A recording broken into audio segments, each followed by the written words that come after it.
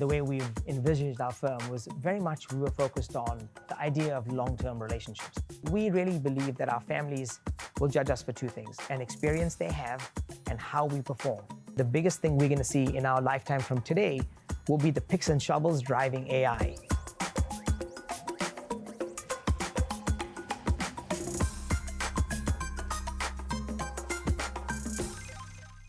I love what I do. I wake up every day and it's hard for me to imagine that I've stumbled my way into something that actually pays me to do what I would do for free. Divesh Makan is a founding partner of ICONIQ, a global investment firm you've probably never heard of. We're in the business of confidentiality with families, and we love our investments to speak for themselves. So we've chosen not to go on the path of publicity generally. The firm started in San Francisco in 2011 as a family office, but has since grown into an influential investment management firm with 4 core business lines and offices around the globe. So when we started off the firm, we were dealing with entrepreneurs who were just starting a company. They were thinking through, who are my capital partners? How do I structure my business? How do I do my voting agreements so I can control my company in a certain way?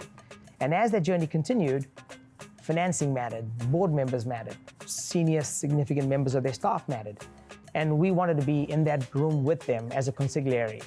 ICONIQ manages around $80 billion for families today. It also has over $100 billion in assets under advisement and has advised on over $465 million in charitable grants. What our families were struggling with is, over the arc of time, what people typically did is they first created their version of the wheel. I want to solve cancer, I want to do this. And our family said, I may want to do that, but how do I collaborate with other people who are in my world, who I can respect globally, that I can leverage? And David, that's what caused ICONIQ Impact to be created, the idea of collaborative philanthropy. Your company's relatively low-key, under the radar in some ways. I don't see any sweatshirts or other things. In fact, even I don't see any, your name of your company, I don't see it even in the offices. Do you try to keep it below the radar screen? And can you get a sweatshirt with ICONIQ on it, or there's no such thing? David, I will get you a fleece with the word ICONIQ on it. Have one. Oh, you so, have one. So you'll have one. We give it to all the employees. Okay. I think, David, it goes back to this weird philosophy of how we started. I'll share with you a story that we tell to every incoming batch. What we figured out for us is we wanted to be the best caddy in the world to the best golfers in the world. And we knew very early on that being the best caddy was an honor in itself.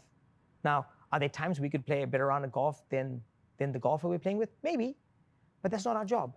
They had their job, and our job was to enable them to be the best golfer, to play the best stroke, whisper in their ear at the right time, stand back and let them play. When the press showed up, whisper in their ear again and then get out of the camera. We love that role, and the DNA of the people we look for, and those who survive and stay at ICONIQ, believe that that's the best way to operate, and that's been the ethos. So when you think of that, we are often the wind beneath people's wings. So the word ICONIQ was really meant to be a name for the community of people that we look after and we advise and a part of their family. And to me, that's the power of being under the radar. And it's not because we're trying to hide, it's just they let them do the speaking. That's where we all get to win. The impact they have is incredible. The firm started as a money management firm, or a family office in effect, for wealthy individuals, is that right? Yeah, simplistically, I think the way I think about it and the way we've envisaged our firm was very much we were focused on the idea of long-term relationships. We wanted to nurture long relationships over the arc of time. So when we started off the firm, we were dealing with entrepreneurs who were just starting a company. They were thinking through, who are my capital partners? How do I structure my business? How do I do my voting agreements so I can control my company in a certain way? And as that journey continued, financing mattered, board members mattered, senior significant members of their staff mattered. And we wanted to be in that room with them as a consigliere. So let me make sure I understand it. You had some family offices, some wealthy families. You're representing them, investing for them. Their businesses grew. They have more money. You managed it. But you now invest money on behalf of people who might not be your family office clients, people you go out to invest funds for, let's say in growth capital or other areas. Is that right? In other words, you have a business where you'll take somebody who's not a wealthy individual as an investor in one of your funds? That's right. So we have many of the world's largest investors from sovereigns around the world, endowments that are also investors of ours, just in 2 discrete parts: our growth equity business and what is now our data center business. And those are the two areas Okay. we've taken additional But you have an investments. impact business as well. What is that? So impact is core to who we were as a firm. What we found is our families were very focused on charitable activity. And David, I'll make it somewhat real for you. We manage about $80 billion for families today. In addition to that, families have hundreds of billions of public single stock that we house. Because we've been a core part of their estate plan, we know where that money is going to go. And a little more than 95% of that capital is going to go to charity. In that moment, when they were trying to define what charity meant to them, the journey everyone goes through is, I want to give money to my alma mater. I want to give money to my religious institution, my church, my temple, et cetera, et cetera. But what our families were struggling with is, over the arc of time, what people typically did is they first created their version of the wheel. I want to solve cancer. I want to do this. And our family said, I may want to do that, but how do I collaborate with other people who are in my world, who I can respect globally, that I can leverage? And David, that's what caused ICONIQ Impact to be created, the idea of collaborative philanthropy. And it's been a core part of our DNA because that is underlying everything for what our families are focused on. Well, somebody's watching this and says, well, he's a smart guy and he's got famous people investing with him. I'll invest with him. Does somebody show up with $100,000 and you take their account, or they need to have a little bit more than that? Yeah, our families, back to this community aspect, the first filter ends up being, how do you fit in? We end up being fairly targeted in who we invite because this business is not scalable. For us to do things at the level of which we do them on the servicing side, and for us to find the right pools of capital and pockets to invest into, we have to be somewhat discerning, not in a pejorative way of who we take. It just so happens the outcome is our families look fairly similar.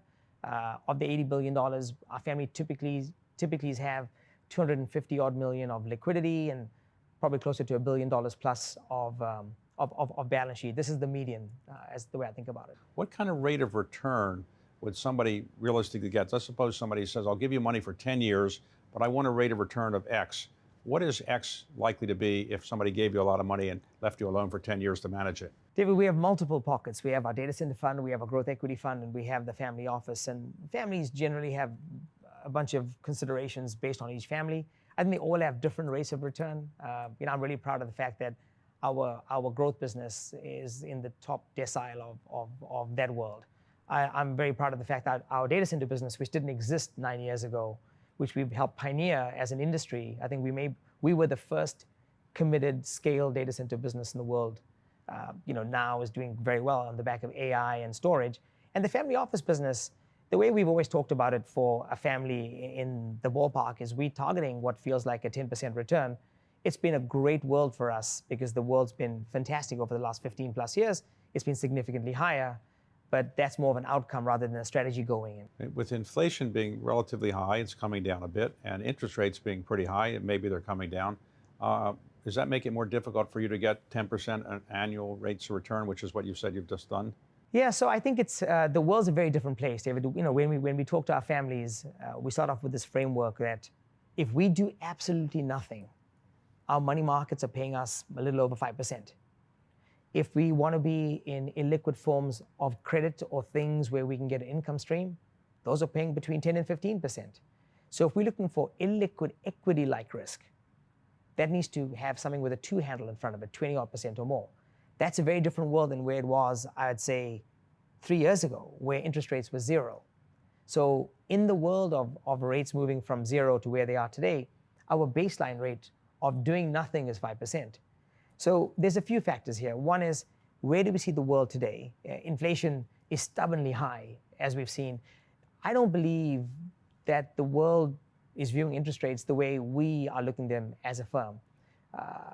There's a recency bias, in this case, maybe 20 years, that everyone believes rates are going to go back to 2%. And maybe they do, which would be amazing and fantastic. But over the arc of 100 years, rates have been closer to 4%. I don't know why we assume it's going to go back to 2. But in the world of 4%, what happens? Who are the winners and who are the losers?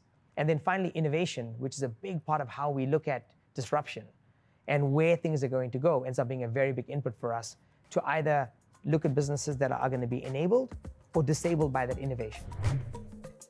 I realized that what we were going to do if we're going to be in this industry as a framework was to figure out how we could partner with entrepreneurs in every way that we could.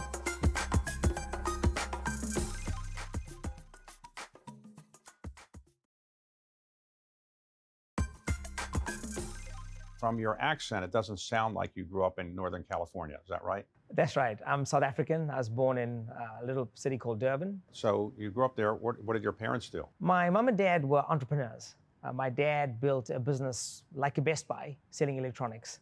My mom was CFO, and my dad was effectively building the business and was the salesman. And so you grew up, you went to college in South Africa? I did. I did my undergrad in South Africa and University of Natal, did engineering there, and made my way to the US for my MBA. And when you were in college, did you say, I want to be an entrepreneur, I want to run a family office business, I want to be an investor? What did you say? So I grew up in a family business. The whole family convened there every weekend, every holiday. I had an elder sister, a younger brother. And since the family was all we did, Mom would be there. She kept our family together. Father was thinking about where and how we grow this business. So we were there cleaning the floors, selling washing machines, and then ultimately getting home and doing the cashiering ourselves to get the banking done. So in that journey of a family business, I only knew the idea of being an entrepreneur. I didn't know anything. Now I expressed that by mimicking what my dad had done. He was an engineer. So I figured I'd be an engineer. What year did you graduate from college? I graduated in 1995. Okay, so then you just say, I'm going to the United States for business school, Yeah. or what did your parents say? A friend of mine had an interview with a firm called Anderson Consulting, now called Accenture. And he told me you should talk to them. And what sold me on the idea in spending time with Accenture was the idea of advising businesses on what they should look like. And that sounded more exciting to me because I felt that I was sitting in that world right now with my dad, learning what he had put together. So I fell into consulting, and it happened to be consulting a lot to financial services and specifically private equity firms. All right, and then after that, then you went to business school? That's right. So when I got to that world, I realized everyone in private equity had this thing called an MBA. And I didn't know what these words were. They seemed a lot smarter than I did because I could do the work, but they had fancy terms they would keep using. And I realized that I didn't know what those terms meant. So I wanted to go to business school to go and learn that and understand what I'm missing so I could go into that world. So you went to Wharton. I did. And when you got there, did you think the people were smarter than you or not as smart as you? There were people who were plenty smart. David, the people at the top end of our class were astronomically bright. I had to make up with it with hard work. I had hard work and they had the brain, and that combination to me was how I was going to catch up. And what did you do right after that? What I realized coming out of it is I wanted to try something new, and a friend of mine had worked at Goldman Sachs. And he had told me about the firm. I knew the firm quite well from dealing with them on the opposite side of these private equity firms.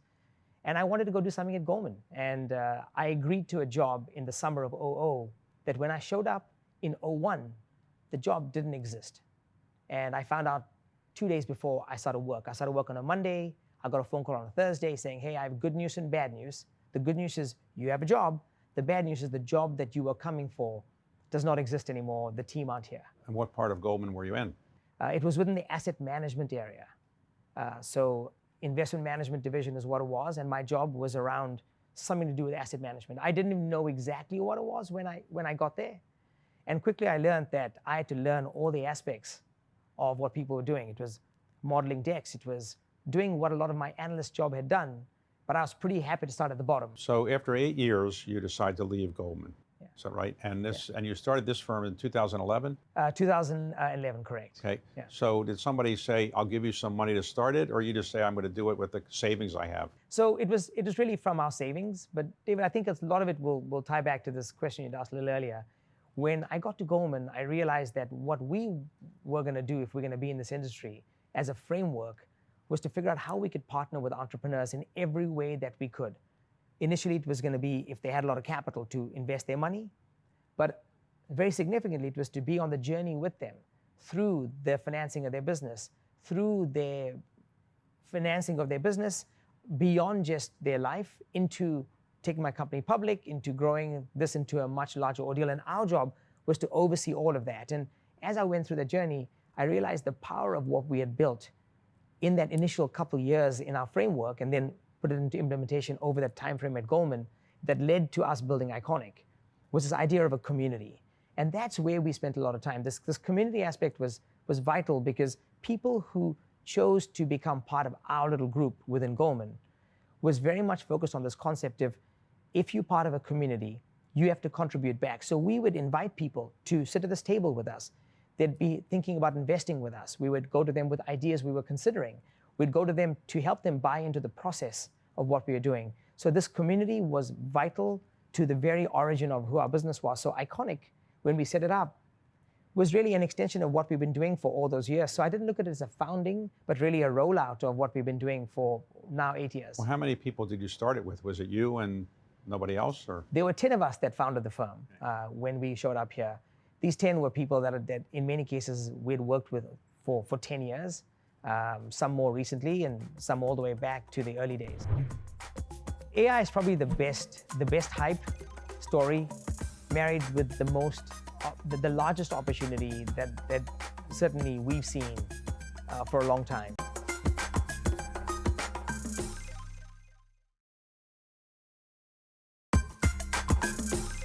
So when you were getting started in this business, the 00 period of time, there was the famous tech bubble burst, or the dot-com burst as they called it. Do you see AI as potentially in that situation where people are putting so much money into AI, it might turn out not to be worth as much as people think? David, AI is probably the best hype story married with the largest opportunity that certainly we've seen for a long time. And I'll share with you a little bit, and maybe I can reflect on a story that we've told to a CEO of one of the largest sovereigns in the world. They were asking, how do I invest behind AI? And we took a step back and said, look, let's make it easy. If we had $10, here's how we think about it. $5 or so, we'd invest into large public players. Some of them are around the fact that they build LLMs. To build a large language model is between $20 and $30 billion, which means you're a very small number of people in the world. You're almost country-like in what you can do. The second is, where do I have a proprietary data set where something unique about what I know will give me an edge, because the internet itself is about 10% of what the world's knowledge looks like. So the other 90% needs to be something proprietary you can bring. So that's the second vector. The third, of course, are companies that make certain types of semiconductors. They design them or make them. But suddenly you've got 7 to 10 companies that represent, we think, $5 of the $10 in AI. The next $2, $3 we think are about infrastructure, the actual picks and shovels. And for us, we love picks and shovels because they involve cash flow, they involve certainty. Our big play, as we talked about, is in the data center space. It likely is the largest opportunity as I've seen it. And then the last dollar, we would actually hold in cash. And this gets to the hype piece. Where everyone's spending an inordinate amount of time is the application layer of what AI will do. So the killer app, we don't believe exists today in AI. Now, we've seen in excess of 1,500 companies that are in the AI space, in that app world, as they call it. We've made 3 investments to give you a sense of scale. We could be wrong, but we've seen multiples do the same thing. We've seen the valuations, insanity, like several $billion, which implies there needs to be a $10 billion outcome. There could be good products, I'm not sure they're companies, but the 3 we've invested in, one's a picks and shovels company called Pinecone. It makes vector databases. Another one's called Rider.ai. It takes all your internal information and helps you aggregate it into what your story should be. There's a company called Glean that helps you with looking over your enterprise to see what's important across your platform, and maybe even taking a chance at scribing your email up for you. But it's a very small number, David, because I believe that's where the hype exists. Do you think the killer app in AI will come ultimately from one of the existing large tech companies? Some people say the best way to invest in AI is go with the Microsofts, the Googles, and so forth. Or do you think it's going to be from some startup? It's a hard one to tell. My natural story would have been a startup, because that's where innovation always comes from.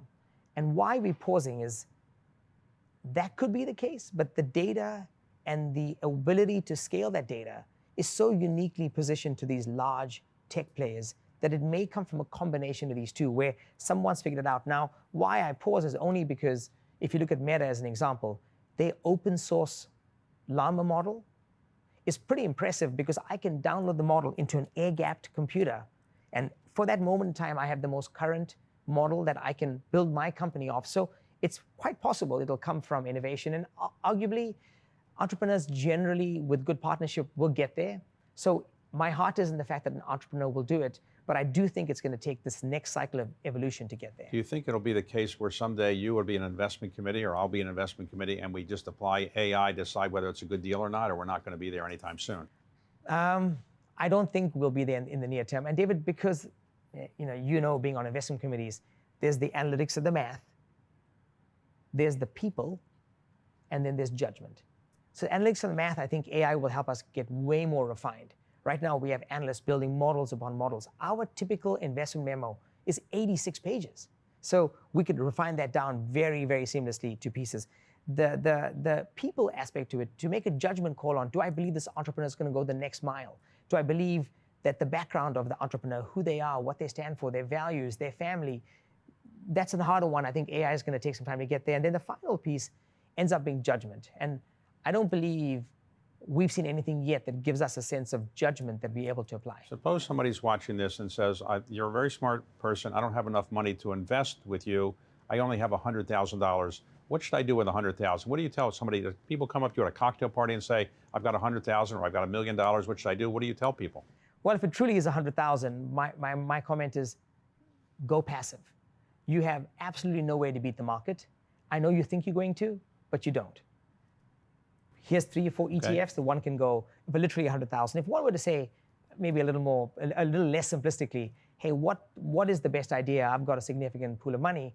I would tell them the biggest thing we're going to see in our lifetime from today will be the picks and shovels driving AI. And that's around the data center space. Go figure out how to get exposure to hyperscalers, which we think will be the biggest winner in what AI and data storage will do for the world. What's the best investment advice you've ever received? Probably 2 things. One is I'd say remain curious. Keep testing your own theses. And the second is patience. If you have a point of view and you've researched it and you've tested it again and again and again, you've got to be patient for this. Don't let it run out. One of our board members, Henry Kravis, always tells me that some of the mistakes he made was buying an investment, locking in a great return, but then 25 years later, watching this thing have another 10x from that point. And he said, I knew it, but I was on a business model that required me to get that liquidity. I wish I hadn't. And that's been a lesson that he always reiterates to us. And we as partners talk about it all the time. How do we take that long-term lens? Suppose a president of the United States is watching this show and he says, this person's very smart and knows a lot about money management and other things like that. I want this person in my government. So suppose a president of the United States, or either party, were to call you and say, I'd like you to come in as Secretary of the Treasury or something like that. What would you say? David, I love what I do. I wake up every day and it's hard for me to imagine that I've stumbled my way into something that actually pays me to do what I would do for free. So it's hard to think of giving that up because there's 2 aspects to it. First off, I've learned that loving what you do is actually really hard. People say follow your passion. I think it's pejorative in many ways because I don't know whether people know what their passion is. This ended up being one of the best mistakes in my life. The second is I've got people around me that I really enjoy spending time with. And that's also a hard thing. And I know this from talking to my business school friends, 20 odd years out of business school. These are not things I've taken for granted. And the third is the platform that ICONIQ affords all of us, I'll speak to me in particular, is the ability to talk to almost anyone in the world. Philanthropy, impact to a government, how a country's thinking about their future, and to be able to connect the different worlds between some of the leading technology companies, the largest countries in the world, what the World Cup looks like, to me is an honor. I feel like while advising a country like the US would be an amazing and a deeply profound experience, I feel like many of us have that opportunity within the kind of advice we give to young entrepreneurs, seasoned entrepreneurs, people retiring, countries, government systems. To me, that feels somewhat similar.